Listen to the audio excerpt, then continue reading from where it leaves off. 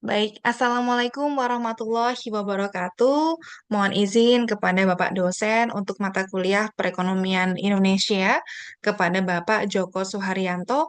Izinkan saya untuk memperkenalkan diri terlebih dahulu, Bapak. Saya Siva Syafira Maharani, izinkan saya untuk melakukan presentasi terkait dengan tugas untuk perekonomian Indonesia, yaitu saya mengambil tema kemiskinan dan pengangguran di era digital. Hingga di judul saya kali ini yaitu dinamika kemiskinan dan pengangguran di era digital dalam perspektif perekonomian Indonesia. Baik, ternyata akar permasalahan utama dari apa yang saya presentasikan kali ini, yaitu transformasi digital telah menjadi salah satu pendorong utama pertumbuhan ekonomi global termasuk di negara Indonesia. Karena adanya perkembangan yang sangat pesat terkait dengan teknologi informasi, kecerdasan buatan yaitu AI, big data, dan lain-lainnya, sehingga adanya digitalisasi ini mampu untuk meningkatkan efisiensi dan juga produktivitas serta menciptakan peluang ekonomi baru melalui berkembangnya ekonomi digital, e-commerce, dan lainnya.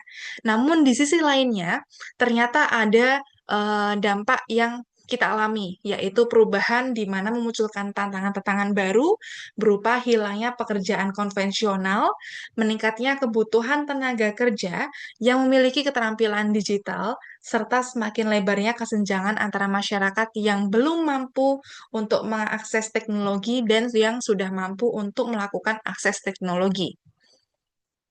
Nah, jika digambarkan terkait dengan kondisi kemiskinan di Indonesia saat ini, sudah muncul tren tingkat kemiskinan Indonesia jika dibandingkan dengan tahun 2023, 2024, dan juga 2025, ternyata di 2025 ini sudah menunjukkan tren penurunan.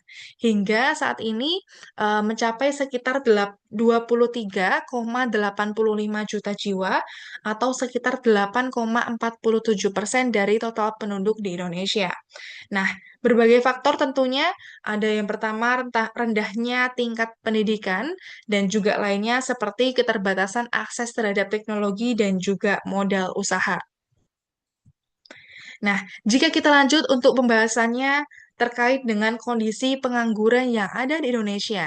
Oke, ini tentunya sudah sangat menjadi topik yang menarik perhatian untuk di berbagai kalangan, di mana bahwa data di BPS kali ini di tahun 2025 tingkat pengangguran di Indonesia sekitar 4,76%.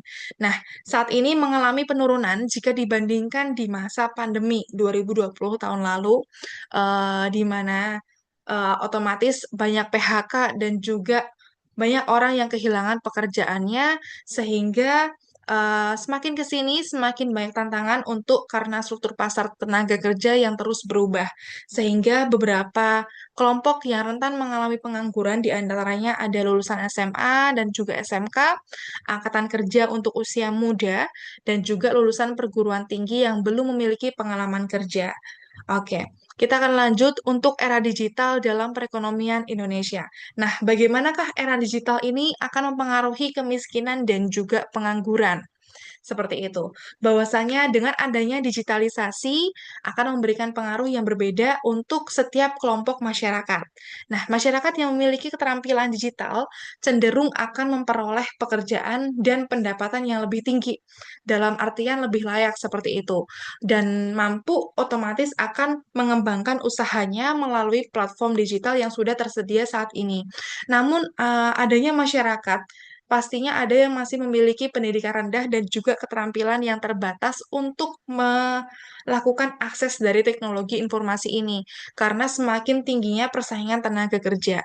Akibatnya, transformasi digital dapat menjadi alat pengurang kemiskinan apabila adanya disertai peningkatan kualitas SDM. Namun jika sebaliknya, otomatis akan dapat memperlebar kesenjangan apabila akses terhadap teknologi ini tidak merata. Nah, analisa berdasarkan teori saya mengambil dua Bapak di sini. Yang pertama berdasarkan teori pengangguran struktural, bahwasanya terjadi ketika perkembangan teknologi mengubah kebutuhan tenaga kerja sehingga kompetensi yang dimiliki pekerja tidak lagi sesuai dengan kebutuhan industri. Makin ke sini, makin tahun, perusahaan justru akan membutuhkan profesi baru seperti ada yang data analis, AI engineer, software developer, dan juga hal lainnya yang berbau dengan teknologi informasi. Karena semakin berkembangnya zaman. Nah, dianalisis berdasarkan teori human capital, bahwasanya Gary Becker menjelaskan bahwa pendidikan, pelatihan, dan keterampilan merupakan investasi yang akan meningkatkan produktivitas seseorang. Eh, untuk saya setuju dengan teori ini, bahwasanya investasi tersebut tidak lagi terbatas dalam pendidikan formal saja, namun juga penguasaan skill, teknologi, literasi digital, dan juga kemampuan untuk analisa data dan keterampilan adaptif ini pastinya akan sangat mempengaruhi bagaimana kebutuhan dari suatu perusahaan seperti itu. Nah, untuk kebijakan pemerintah, bahwasanya pemerintah telah menerapkan beberapa kebijakan. Yang pertama seperti adanya kartu prakerja untuk meningkatkan kompetensi tenaga kerja. Yang kedua adanya digitalisasi UMKM yang semakin ke sini eh, semakin digital otomatis. Bahwasanya adanya pembangunan jaringan internet di wilayah 3T. Ini walaupun belum merata, pastinya akan ada pemerhati khusus untuk dalam wilayah 3T.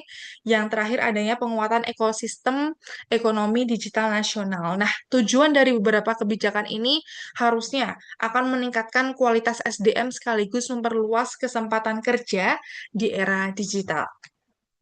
Nah, beberapa solusi dan juga rekomendasi ini mungkin untuk pemerintah diharapkan untuk dapat mempercepat pemerataan infrastruktur digital, terutama adanya akses internet berkualitas di wilayah 3T, terdepan, terluar, dan juga tertinggal agar seluruh masyarakat memiliki kesempatan yang sama dalam memanfaatkan teknologi. Yang kedua, memperluas program pelatihan digital dan juga seperti kecerdasan buatan atau AI, analisis data, keamanan cyber, dan juga digital marketing. Ya, semakin tahun semakin banyak kebutuhan dari para perusahaan. Dan juga yang ketiga, mendorong investasi pada sektor ekonomi digital melalui pemberian insentif bagi perusahaan yang menciptakan lapangan kerja berbasis teknologi. Mungkin itu adalah solusi dan juga rekomendasi kepada pemerintah. Yang kedua, untuk institusi pendidikan, pastinya semakin pendidikan semakin lama harus diselaraskan antara kurikulum dengan juga kebutuhan industri digital, sehingga lulusan nantinya harus memiliki kompetensi yang relevan dengan dunia kerja. Nah, untuk masyarakat, jangan lupa juga untuk kita dari masyarakat harus bahwasanya melek digital, mengembangkan keterampilan keterampilan digital yang kita miliki, seperti pemanfaatan AI, analisis data, digital marketing, dan juga seperti desain grafis, dan memanfaatkan platform digital seperti e-commerce, media sosial, dan pekerjaan freelance untuk meningkatkan pendapatan. Mungkin seperti itu, Bapak. Nah, ada tanggapan bahwasanya untuk kesimpulan yang saya ambil kali ini dalam rangka untuk mengurangi kemiskinan dan juga pengangguran di era digital, Indonesia perlu membangun ekosistem digital yang inklusif tentunya dengan cara berkolaborasi antara pemerintah, dunia pendidikan, dunia usaha, dan juga masyarakat.